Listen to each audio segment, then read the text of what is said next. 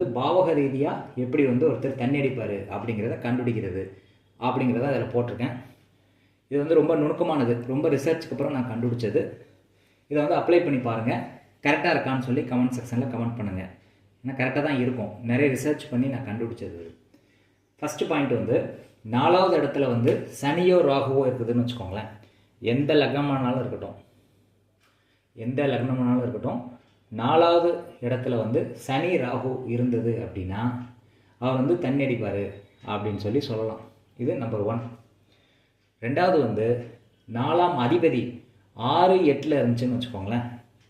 4ஆம் அதிபதி 6வது வீட்லையோ 8வது வீட்லையோ இருந்துச்சு அப்படின்னா அவரும் மதுபான பிரியராக இருப்பார் அப்படின்னு சொல்லலாம். அடுத்து 1ஆம் அதிபதி, 5ஆம் அதிபதி, 7ஆம் அதிபதி, 10ஆம் அதிபதி, இந்த 4ம் சேர்ந்து இருக்கலாம். அல்லது இதில் ஏதோ ஒரு அதிபதி 4வது இடத்துல இருக்கலாம்.